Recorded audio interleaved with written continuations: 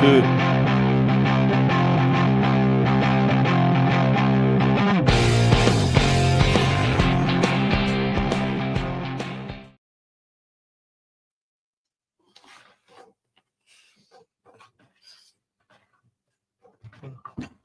Hello, and welcome along to Cheers TV Tuesday night show.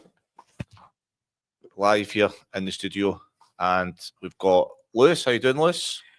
No great. Wasn't a good result there at the weekend, but you know what? Okay. Still got to keep the faith. We'll talk about that, I'm sure, in detail soon. And on the controls tonight, doing the productions, reading your comments, etc., is Simon. Don't know if Simon's speaking tonight or no. Okay. No. Okay. As always, unfortunately, a lot to talk about. It might be construed as negative as well. However, it's just the way it is at the moment with aspects of a club. And we'll delve right in and we'll discuss the game against Falkirk. We'll discuss it in kind of more detail. But first of all, Lewis, your overall thoughts and comments on the game as a whole.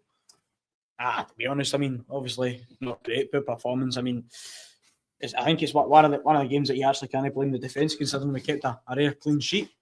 There was just nothing going forward. To be honest, we never looked like scoring at any point in the game. Yeah. We never created any clear-cut chances. Mm-hmm. We struggled in the final third. Yeah, I mean, as I say, we'll analyse it more in depth in a minute. But in general, poor. Revert to type this season. I think over the last kind of 4 or 5 weeks with some wins, it has papered over the cracks of some poor performances. And it's worrying that we've had 2 league games in a row at Ibrox against the newly promoted teams, Livingston and Falkirk. Mm-hmm. And, you know, we've not scored. We scored 2 goals. Strikers haven't scored. And we're actually struggling to create any chances at the moment as well. So let's get right into it then in some more detail. So let's just address it. I probably will say some stats tonight. I will try not to because I know it's boring. However, we've got a job to report on what's happening. So there's probably multiple reasons, but for you, Lewis, what sticks out about our attack right now? Where's it all going wrong? The forwards are not getting much service, to be honest, specifically at striker. I think Miovski, and I've said it multiple times in this channel, Miovski needs a service. Miovski can't drop deep. As much as he does drop deep, because he's getting frustrated that he's not getting the ball. But he's a penalty box striker. He's someone that you play a ball in behind the defender and he runs onto it. And we're just not doing that. We're playing it into his feet and he's trying to hold it up. He's trying to deal with this. And he just can't do that. Mm-hmm. Against your teams like... Well, when it was at Aberdeen, against your teams like your Celtic and your Rangers, even your Hibs Hearts and stuff like that, he bullied defenders by running in behind. He bullied them physically and got in their heads as well. So, and we've not really seen any of that. We've not seen that at all this season because he's not getting the service. The first thing I said as soon as he joined, I was like, this is a great signing, but he needs to get the service. And he's just not getting that at all. So I don't necessarily blame Miovski himself for not scoring goals. Yes, he's had a couple of chances. He scored, I think, 2 goals. And they've been tap-ins, to be honest. But again, right place at the right time. But it's just not been good enough. He's not getting the service from your midfielders, your wingers. He's a perfect striker for getting out to the wingers, whipping out the box, header it in. He's that type of striker for me. And he's, as I've said multiple times, he's not getting enough service.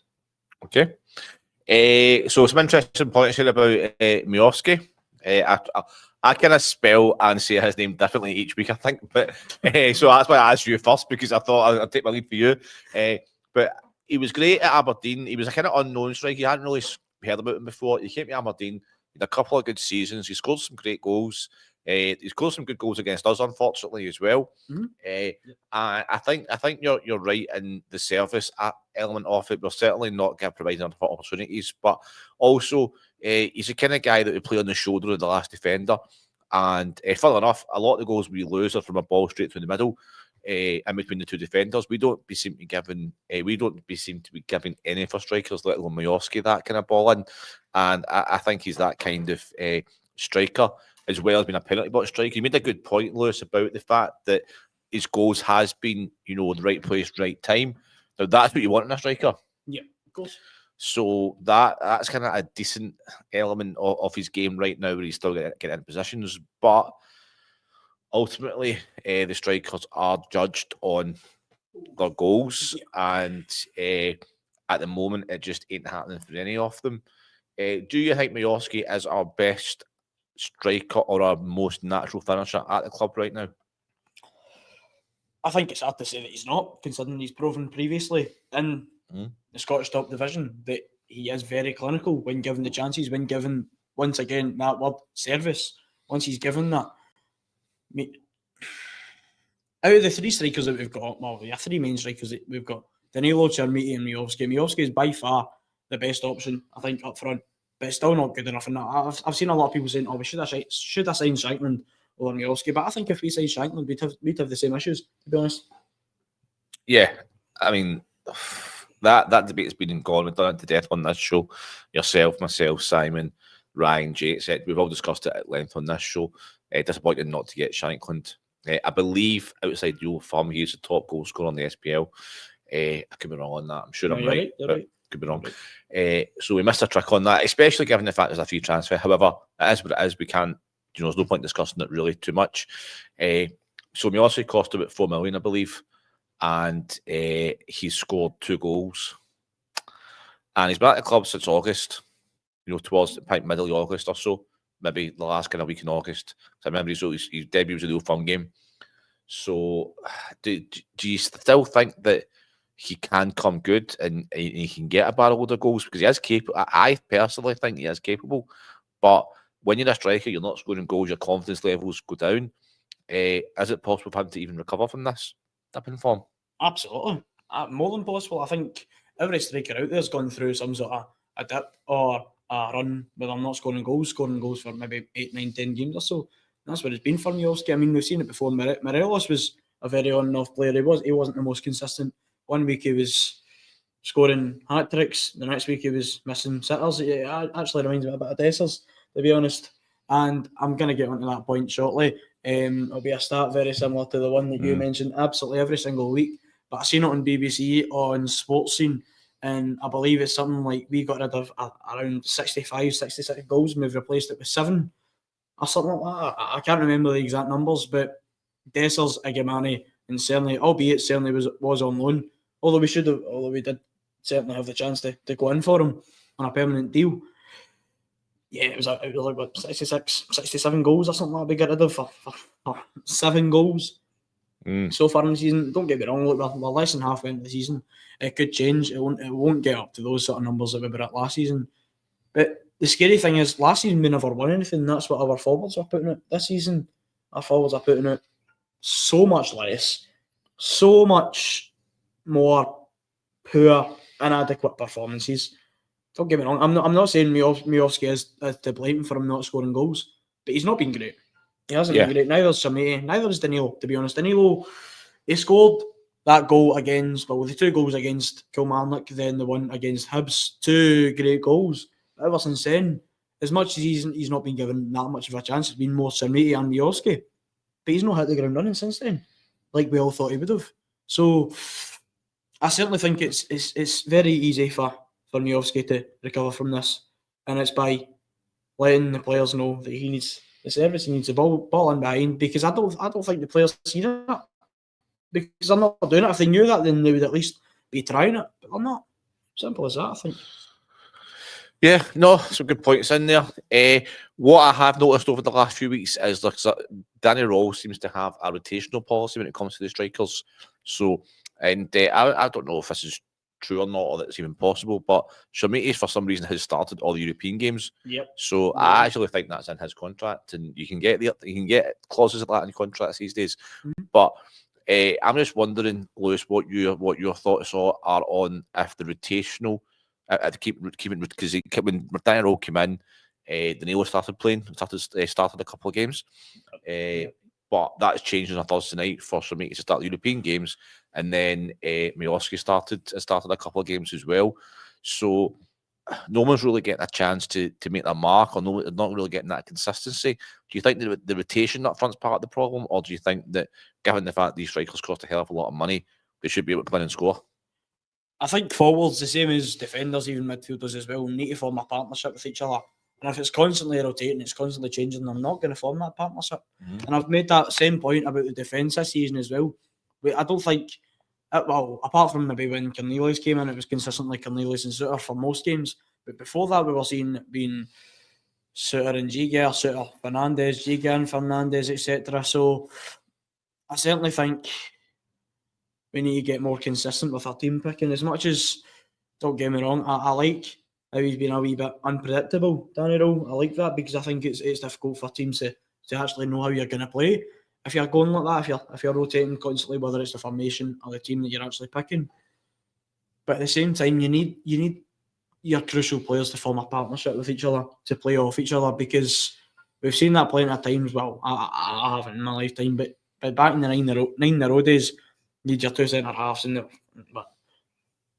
basically playing off each other. Didn't even have to communicate. They just knew what each other were going to do. Great team cohesion. So that's actually a very good point. So back in those days, they still played a lot of games, but we had the same strikers up front week in, week out, same defenders week in, week out, unless there was injuries. But do you think? We can't really start criticising Danny Rowe so early. But you said something about being unpredictable, and I agree with that when it's difficult games. Especially European games, given a bit of unpredictability. But it's Falkirk at home. Yeah, exactly. I don't think we should ever be in a position where we need to pull tactical surprises at home against Falkirk. I mean, it's scary that Falkirk, who's just up from the Championship, have actually scored 5 more goals than Rangers this season. Yeah, I'm going to give my props to Falkirk this season because they've been incredible. For people like myself and Simon who are not young, what does that mean? I'm going to give my props. Sorry, is that praise? Or I basically give a bit of respect and give a bit of praise to Falkirk for this season, and especially our manager John McGlynn. I think ever since they've came up for the Championship, he's kept the same core of the team. He's basically kept the sort of same style of play, and he's went for it. He's went for games. He's not going into these sort of games and sitting back. Apart from maybe against your Rangers and Celtics, but even like you look at last weekend, Falkirk beat Dundee United 3-0 away from home. I don't see us doing that anytime soon. For goodness sake, like come on, like you've got to give a bit of respect for that. They've set themselves up brilliantly this season, albeit he who shall not be named last game was Falkirk away, and it was a one each draw. Which, to be honest, I think it's safe to say Falkirk actually should have won that game. And I would say the same actually about Sunday. I think Falkirk deserved to win it more than what we did anyways.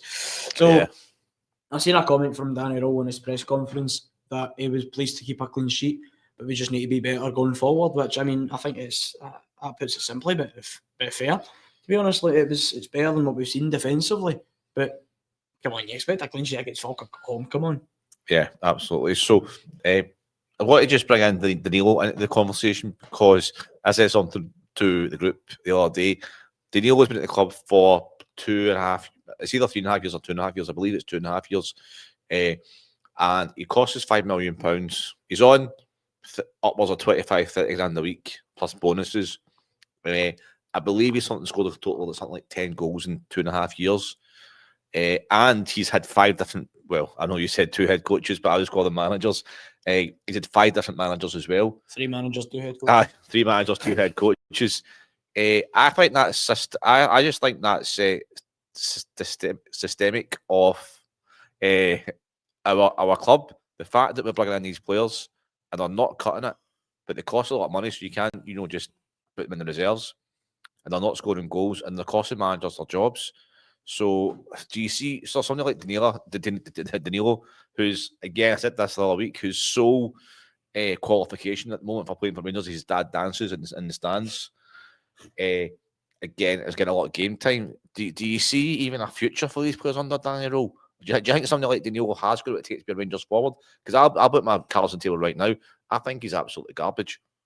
Right, and maybe I'm being a bit strong for dramatic effect because it's a show, but well, actually, do you know what? For what he's cost us in transfer fees and wages, I'm actually going to stick by that. and say overall he has been garbage. Yeah. And I'm not trying to provoke a reaction, but I would love to see him come good. But do you think he's got that to come good? That's a tough one to answer, to be honest, because we've seen glimpses where he has been good. I mean, that goal against him was fantastic finish, took on his weaker foot as well. The goal against Kilmarnock, a great header, very well placed, good ball into the box, well by Magoma. But the thing is, like, these players are costing so much money, and they're just not cutting it. And it's so simple, and we've moaned about it in the channel for so long, but we're not wrong either. Like, these players are costing. The Rangers, a lot of the Rangers fans think he only cost 6 million. What do you mean only? I'm being generous. I'm saying 5 million, but at this moment in time, it doesn't 5-6 million. It's the same, roughly the same thing. But he's on. People forget he'll be on 30 grand a week. You know what I mean? That's almost. And you take bonuses into account. Always, he doesn't get a lot of goal bonuses, right enough. Say better not be a goal bonus. But they'll probably pay him but in total, 2 million a year. Aye. Right, so that's over 2.5 years. Well, this will be a third season. That's £12 million, and we've got about 10-11 goals out of him. It's £1 million a goal. Yeah. Well, other strikers cost a combined of what? Let's say Chamiti was 8 million, Danilo 6 million. That's 14 million, and Miovski. So say around 17.5, 18 million. These strikers cost, and we scored 7 goals. They've scored 7 goals. I think it's 6, by the way. But it might actually be 6. You might be right. I might be being generous. I think it is 6. I'm being generous here. I mean, it's scary. It is actually scary to think that a £20 million attack has contributed 6 goals this season. And as you said at the top of the show, we've replaced Chamiti. Danilo was still there right enough, but Danilo, who's now injury free, and Miovski have replaced Czerny, Egeman, and Dessers, and it's a swinger. 60 goals. It's like no wonder we're fourth in the league. So I was going to ask this question to the viewers at home and you and Simon tonight, Lewis. Sometimes you buy players and it doesn't work out. Okay. Sometimes you buy big players, it doesn't work out. But sometimes you buy players you haven't heard of and it works out really, really well. So do you think part of the problem is that we're signing players with ability, but we're not signing players with the right mentality? Because when they put that shirt on, it's too big for them.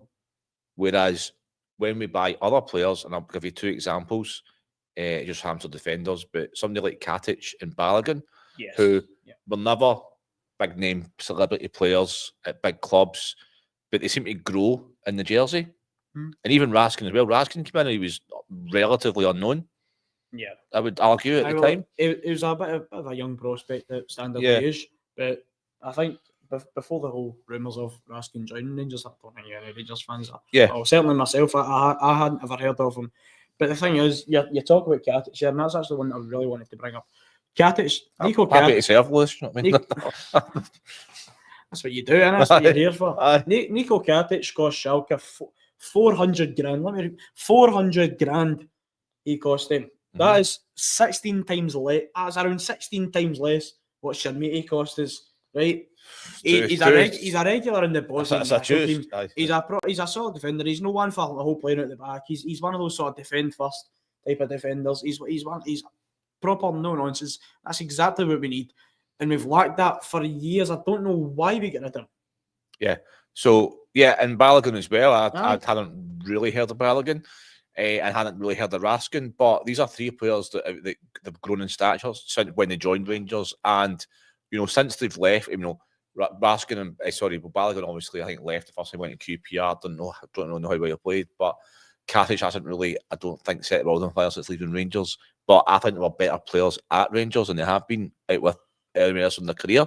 And Raskin's grown into the jersey and became a regular starter for Belgium, which is no easy feat. No, so the other side of the coin is, so that's players that have developed at Rangers and grown into the jersey.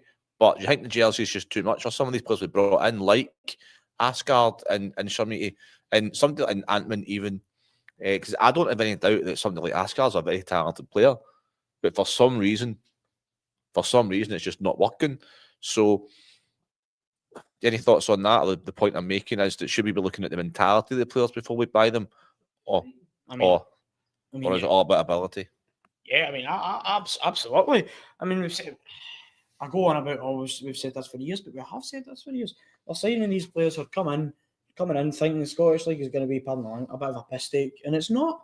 It's absolutely not, and they're not actually realising how big of a club Rangers are and how important winning is for Rangers. I mean, we're signing a lot of these players from your bang average mid-table clubs. They're coming in not really knowing the mentality of having to win week in, week out, expecting to win at least 2 or 3 trophies a season, compete well in Europe. They're not coming in with that sort of expectation. They're coming in thinking, well, if we lose a few games, draw a couple of games, drop a few points, it'll be fine, it'll be fine. But it's absolutely not that at Rangers. I mean, obviously, say you win a league, but you lose two games and you draw 3. Nobody's going to remember the 2 games you lost and the 3 games you drew.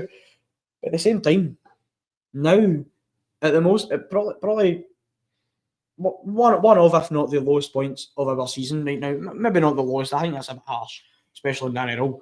But at one of the hardest points of the season, we've got a lot of tough away games coming up. We've got Dundee United, Kelly away, and I think we've got Aberdeen away and Hearts away just before Christmas as well. Then, of course, the Old Firm at Parkhead as well. We've got some really tough games coming up. I think mentality is the first thing you need to look at going into important games like this, especially away to like your Hearts, Aberdeen, Celtic. I know. I just think it's mad how we're now actually describing Kelly away as a tough game. Is that? I mean, because Kelly away. I was going to say, Kilmarnock away's always been quite a tough fixture, to be honest, especially for us. I don't think I can't remember the last time we went there and thumped them. I'm going to say. I genuinely. We always go there and we always struggle. We always struggle at Kilmarnock, whether we get a result. But I think the majority, in especially the last 2 or 3 years or so, we're going to Kilmarnock with the fear of getting beat or drawn. So that's the point I'm making, because I don't think somebody like, I know it's a long time ago, I know it's not the same, but I don't think somebody like Walter Smith would sit on a Tuesday night and go, "Oh my God, I've got Kelly away on Saturday. What will I do?" But for some reason, some of our players are right now are probably dreading the next 4 days. So, how do we fix this, Lewis? Like, so transfer windows. Before we get to that, I'm going to ask one final question about what happened in Sunday there regarding the game, etc. Do you think Daniel Rowe comes in for any criticism for his tactics and his game plan, or is he still in the kind of settling in stroke free pass territory? I'm not going to give him a free pass. I certainly don't think that's right, because no matter the players you've got at Rangers at home to Falkirk, I think you've got to win. And I don't think, I mean, you look at previous managers are getting all the blame for their own points. The players aren't getting any of it, but now it's the other way about. And I think it has to be a bit of both, to be honest. I think if you're setting up in a way where you're going for a draw against a team like Falkirk, because we never even, as I said before, we never even looked like going forward and truly creating decent chances. I don't remember one chance where we should have scored, to be honest, against Falkirk. Maybe 1 or 2, but with 3 shots on target in 90 minutes. Aye, exactly. So at the very most there was 3, and I can't remember off the top of my head how decent those shots were, but we had 3 shots on target. Yeah, I mean, exactly. I think the manager's got to get a little bit of criticism. I think it's unfair if it's all on the players. I think it's clear that the players are not cut out for this league, whether it is Rangers or whatever. But I don't think they're cut out for Rangers at all. Simply not good enough. I mean, this Rangers team will not win anything with the squad depth that we've got. Our two best centre halves get injured. My God, really. I'm going to read out this wee comment here from Chick Sharp from YouTube. Yeah. So I'd say we're now still a feeder club, as I expect Marath to try and take him on the cheap to Leeds United, unless Leeds United get relegated. Yeah, well, I mean, is that for Raskin? Yeah, I think so. I was hoping it might be Shamiti. Shamiti for 16 million. I mean, Nico. Aye. Yeah. Thought I was hoping it was Shamiti, Chick.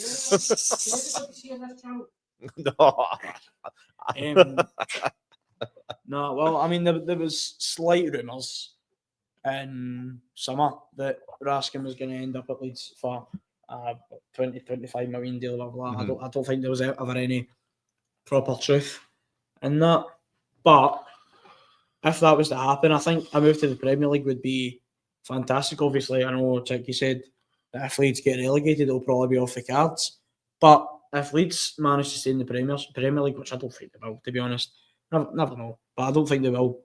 It could happen. You said that Rangers have a tough couple of games coming up. You should see Leeds get you over the next 4 or 5 weeks. Oof, I know. I mean, I think they've got Chelsea on Wednesday night as well.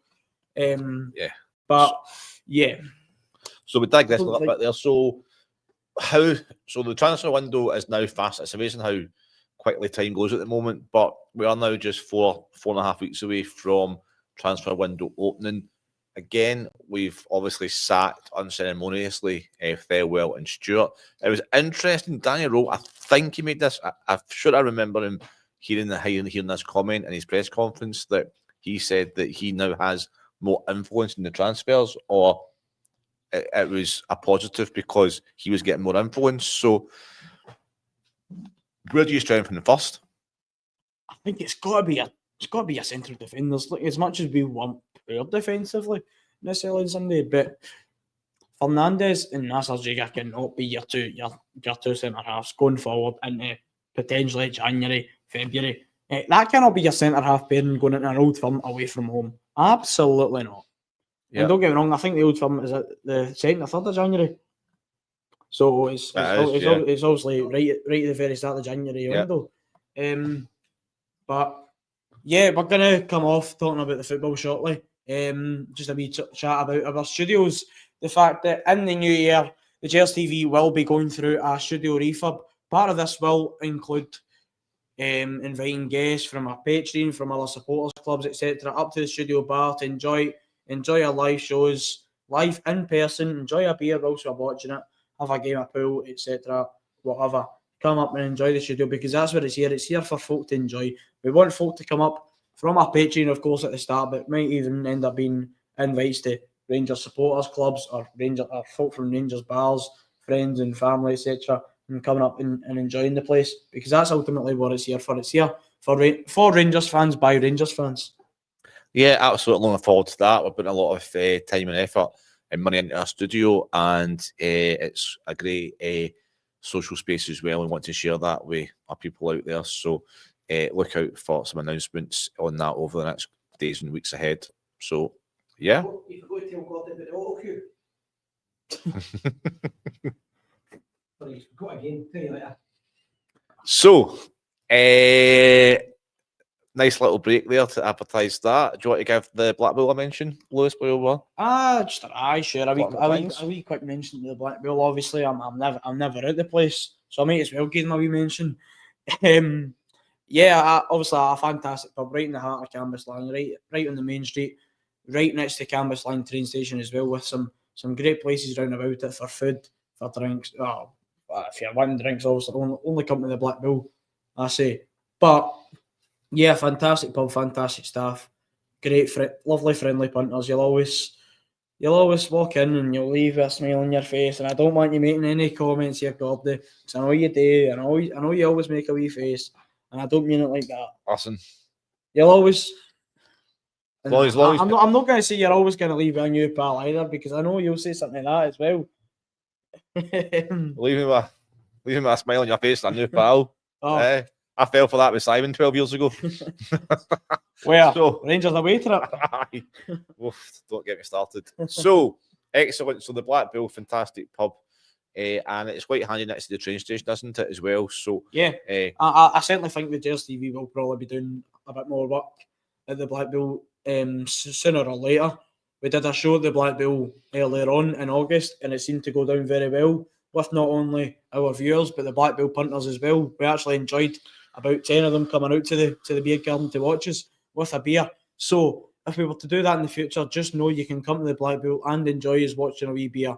I think probably more suited to the summer if we're in the beer garden due to the cold weather right now. But yeah, a fantastic pub, as previously mentioned, in the heart of Cambuslang. And the Gers TV will sure be doing more work there in the near future. Yeah. So we've got obviously football is a sport like this is the eternal optimism of football, where we've got a chance to put things right tomorrow night up in Dundee. So we spent some time looking ahead to that game with the operative phrase being looking ahead, because we need to start looking forward positive. I mean, we have got an opportunity in the next few weeks to there's a lot of games coming up. The games are coming up thick and fast. I actually think the game against Falkirk has set us back a little bit, but surely we should be looking at most of these fixtures and saying to ourselves, these are wins. These should be wins. So absolutely. You're in charge, Lewis, tomorrow night. Picture yourself. You're writing names down for the team sheet. Who makes your team and who doesn't, and why? It is very tough. I think obviously tomorrow night, Dundee United away, you should win that. But both teams have been quite poor this season. It's probably the most unpredictable game so far. But yet again, most Rangers games this season are unpredictable. So it's a tough one to call in terms of the team. I actually don't know how I would set up.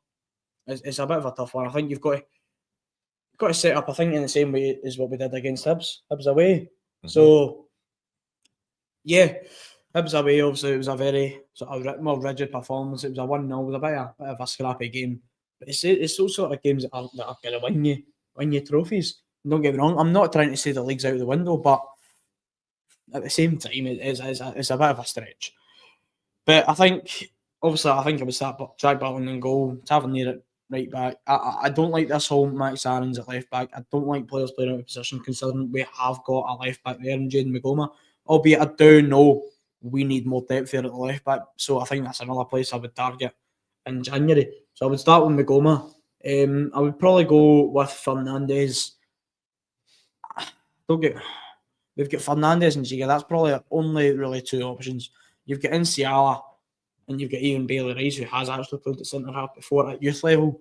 So we could possibly see one of them making an appearance. I don't see it happening. But you never know. I would like to see Nsiala get a chance. And as much as I know you don't rate him, Gordy, but ever since that game against Killie away, funny enough, Barry Ferguson's first game, he made two crucial mistakes. He got subbed off, then we came back to win the game 4-2. I get it. It was two bad mistakes, but he's not had really much chance since then, if any. I have been thinking about this, Lewis, and yes, I think my feelings on Nsiala have been quite clear up to this point. That said, that game was 6 months ago. Two new managers have come in. He's been training with good players. He's been training for 6 months. He hasn't left Rangers. He still wants to play at Rangers, and I would like for him to be given a chance to see if he has improved, and if he has, great. If he hasn't, then fair enough, he's lost his chance again. But I do think that the fact of the matter is that Giga and I know Fernandes scored a goal where he was like 12 foot in the air the other week against Livingston, but we still look very shaky at the back. So I don't think Nsiala could come in and do any worse. I don't massively rate him. However, given the fact that game was back in May, this is now December. That's literally 6, 7 months. Hopefully he's improved and learnt for that game. So I would like him to give him at least one start. And if that's tomorrow night, so be it. I don't think he can be. I hate using this phrase, but I use it a lot in Rangers these days. I don't think he can be any worse than Giga. I was just about to come on to a point, and I was actually going to talk about one of our youth centre halves that we've got. And I think he went quite not viral, but he was quite well known for a wee bit a couple of weeks ago. And it's a boy Connor Owen, only 16-year-old. He was playing last night with Rangers under-19s and played fantastically at the back. Rangers won 3-2 with a late goal at the end, an own goal from the Celtic defender. But the boy Connor Owen, he was absolutely fantastic. He's very solid, and he's 16 playing under-19s. So he's playing up a level. Okay. So it clearly shows that he's got talent and he's got the ability there. And I'm actually going to say the exact same thing that you said there. He can't be any worse than Giga. Okay. I'm not saying I would start him tomorrow night necessarily, but I think give him a chance, see what he can do in the first team. I think tomorrow night's a bit of a stretch for him, considering he only played last night. But even a wee 5-10 minutes towards the end of the game. Okay, interesting. unfortunately, I mean, the way our games have went this season, we don't really. You would love to be 3-4-0 up in some games, and you can bring on some youngsters. Yeah, of But course. we're not really in that. We've not. I can't remember a game that we've been in that we've had that luxury so far this season, apart from Victoria Pilsen at home under the previous regime, which just seems like a lifetime ago, unfortunately. So midfield, then I think that our midfield on paper is a good midfield, but Yeah, absolutely. again, I don't want to fall out with people, but I just Diomande just doesn't cut it for me.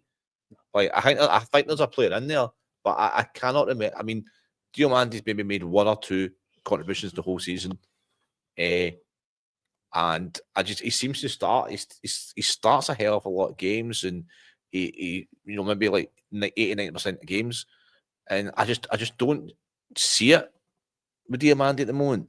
When he first came in, I think he had a good start to his career. Then he got an injury, which is the story of Rangers, really. But never since then, he's just not quite cut it. But what's happened with Diomande, Lewis? Why is he just not finding that form that he had when he first joined us? Yeah, I mean, you could say the same about plenty of players. I mean, you could actually say the same about Antman. Why is he not playing? I'm getting to him in a second. Yeah, Lewis, I mean, it's probably the surprise. No, that's fine. I'll not talk about him too much then. Obviously injured for 8 weeks, but that seems to be the same with a lot of our players. Oscar Cortez is a great example. Oscar Cortez, his first 1 or 2 games, he scored, I believe it was his debut, the home game against Hearts, 5-0. Scored a great goal, was playing well for the next 3 or 4 games, got a really bad injury, then didn't really get much of a chance. Made a very rare appearance against Motherwell away, I think, the first game of the season. Then he went out on loan to Sporting Gijón, and now that looks like I'm making donkey noises, otherwise known as just Sai speaking. So, Sporting, it looks like that loan might be getting cancelled and might be coming back to us in January. And that means that we're stuck with him because he's already played for 2 clubs, so he can't actually leave. Well, he can leave and join another club, but he won't play for them. So, what is the reasons for these loans getting terminated? Just not being good over there? Not being good enough. They're sat mid-table in the Spanish second division. These are not the players that you want at Rangers. Don't get me wrong. I know what you're saying, that we should maybe be bringing in players who are more maybe unknown but have the mentality. But I don't think Oscar Cortez has that. Okay. I think ever since his injury, he's not been at it. It's clear to say he's not been at it. He's not been finding the form that he was in for the first 4 or 5 games when he was at Rangers. So we've got Antman out for 8 weeks. Yep. Gassam seems to have lost some form as well. So, I mean, who plays in the wings tomorrow night and who plays up front? It's a very tough one. I think with Oliver Antman being out, I think this is a great chance to integrate Finlay Curtis back into the first team. He's someone who we've yearned for the last 2 or 3 months. He was coming off the bench in August. He was scoring against Panathinaikos. Came off the bench, goal. And he just suddenly getting not even phased out. He was just automatically took out the team and hasn't had really any of a chance ever since then. And I think it's you could probably Finlay Curtis out on the right, then Gassama on the left, or swap them out, have Curtis on the left, Gassama on the right, then probably Miovski up front. It's really bad. That's not a front three that any team's going to fear. But it should be. It should be, especially at Rangers, because it's 3 good players. You've got Finlay Curtis, I mean, who obviously I just spoke about there, who's in some great form at the start of the season. You've got Miovski, who, when he was at Aberdeen, was one of, if not the best striker in Scotland. And you've got Gassama as well. And his first 2-3 games, particularly in Europe, was absolutely fantastic for us, scoring some crucial goals. But ever since then, he's just not cut it. He's not been at it. He's struggling to take a man on. He's struggling to even get by a man, whether he's actually taking him on, dribbling past him or not. He's struggling to actually just simply get by him. I don't think he's actually scored in a fair while as well. I think the last game he actually scored might have been Sturm Graz away. Yes, I mean, we haven't. No one knows group. You're absolutely right. I can't remember off the top of my head what his last goal. So I do remember that goal. So that could be it. yeah, it's crazy to think that, I think we've only scored something like 14 goals in the league all season, and it's December. Back with the goal stats, have we got it? Listen, Can't help it, can you? It's just factual information. It's just, unfortunate. With Rangers losing Giga and Diomande in 4 weeks' time, well, probably at the national break, is now the time to start bringing in replacements, or do we stick with them until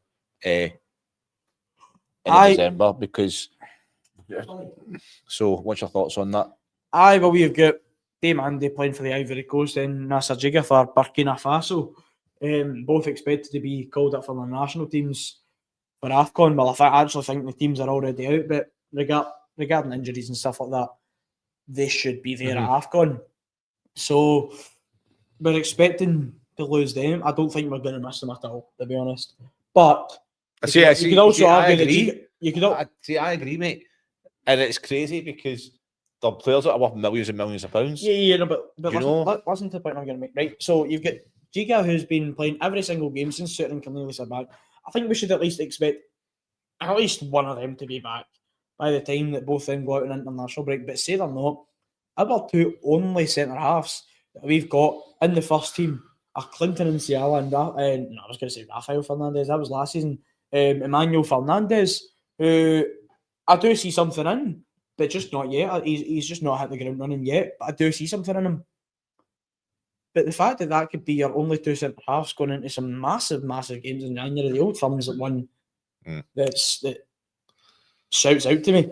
But I don't know when the players actually go away for AFCON, if it's at the start of January or middle or end or what, I don't know. Did you not say 4 weeks? 4 weeks, so yeah. 4 weeks. 4 weeks, so yeah, that is start of January, really. 4 weeks' time. Old Firm game. The first game on.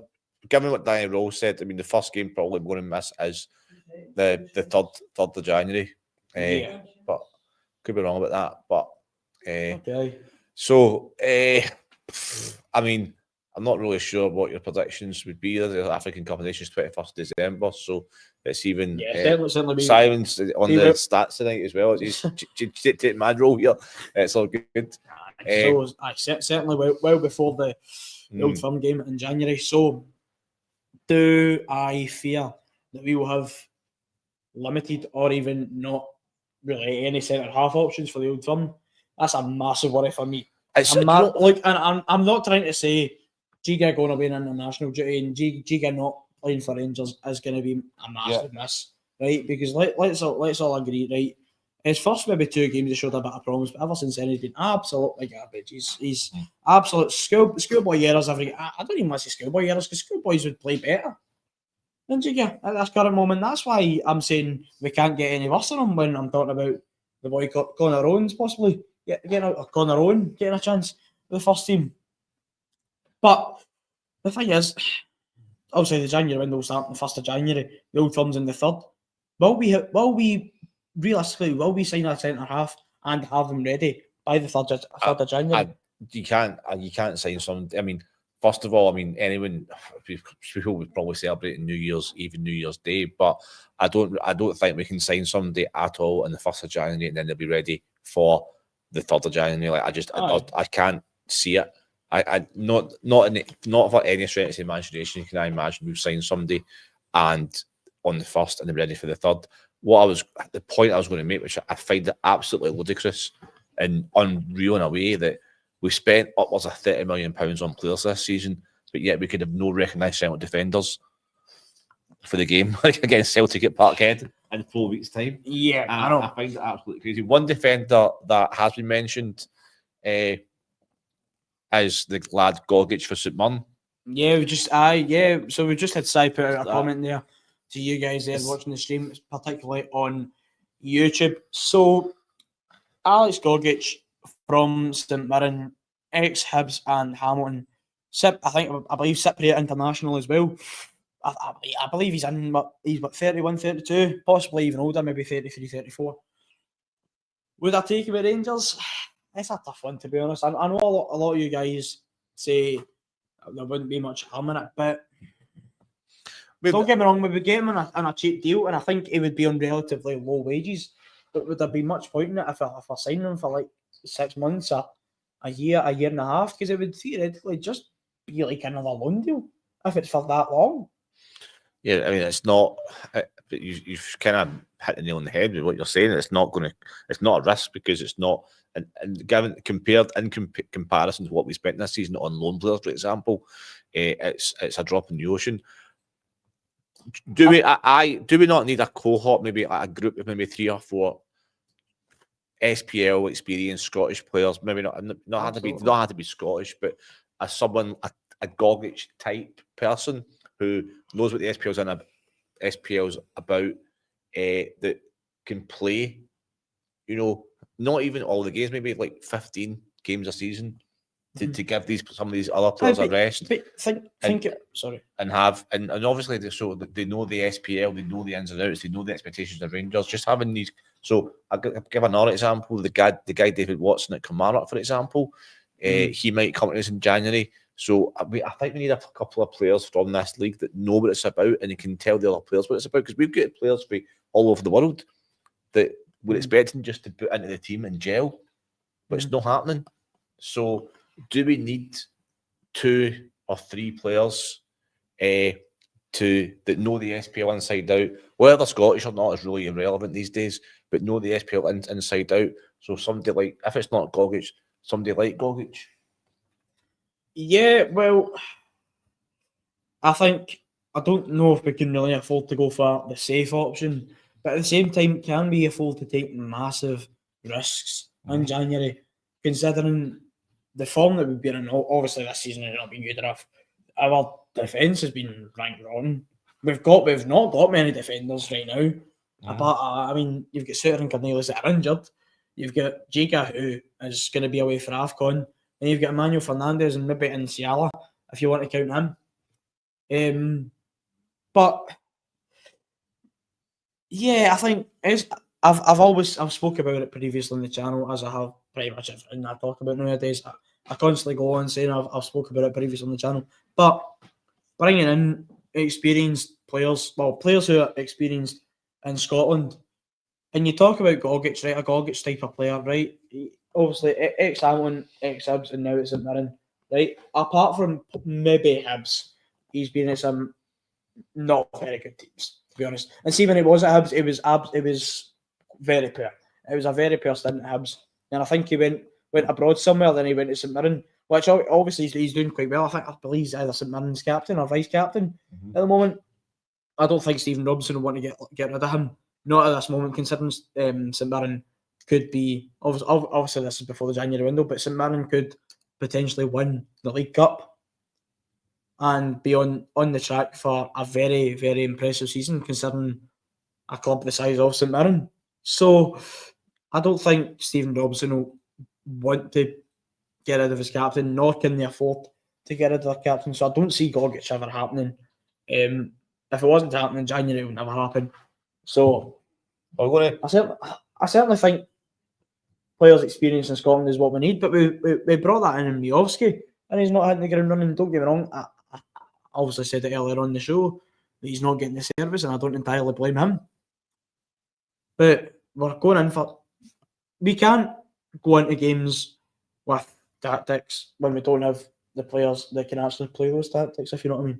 I don't know if I'm wording that right. Yeah, no, but just going back to Alex Gogic, what you said, he had to only kind of play for someone. I get that, but then a couple of names that that you can apply that to is someone like Marvin Andrews, who played for Livingston, came out of nowhere, really played for Livingston, and then you've got someone like Russell Latapi as well, who played for kind of Hibs and Falkirk Rangers.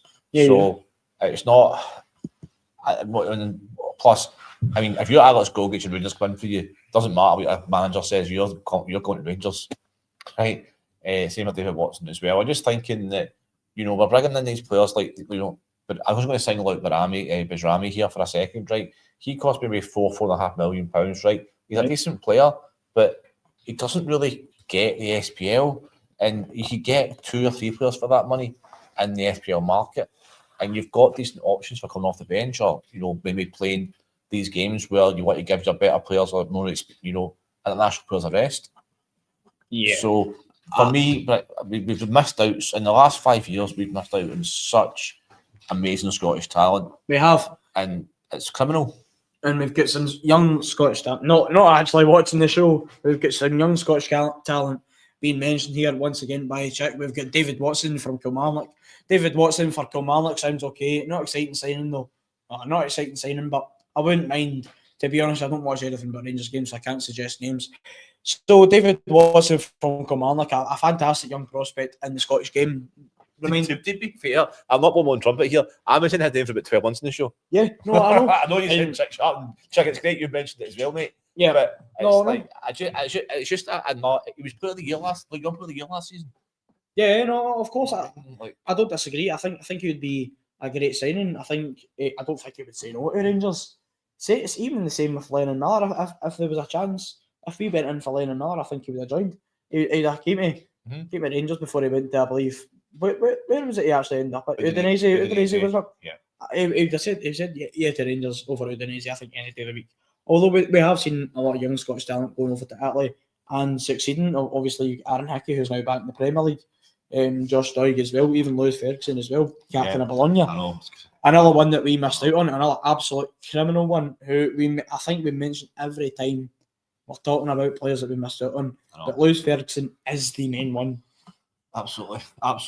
We're going to probably wrap things up in a couple of minutes. Shout out to a company that's really helped us in the last couple of weeks, and don't know, Simon, you can bring it up on the screen again. So. Yeah, well, it's Kitchen Wraps and Faceless. Yeah, well, I believe Simon met with the guy not too long ago. Came up to the studio, and I believe he's going to do some work for us. I think the guy was absolutely amazing. Si was mentioned, of course. I wasn't here, but he just met Si 1-to-1. But a massive shout out to them. Massive shout out to them. I believe he will be doing some great work up the studio, hopefully soon. Because as we mentioned before, into the new year, or even before the new year, we're going to be doing some refurbishment. As you can obviously see, we've got rid of the whole Jersey TV background. We're going to get something done with that wall. I'm not going to go into detail with it, but we are getting something done with that wall in the near future. I'm going to reach for a song. I was going to reach for a song, but I won't.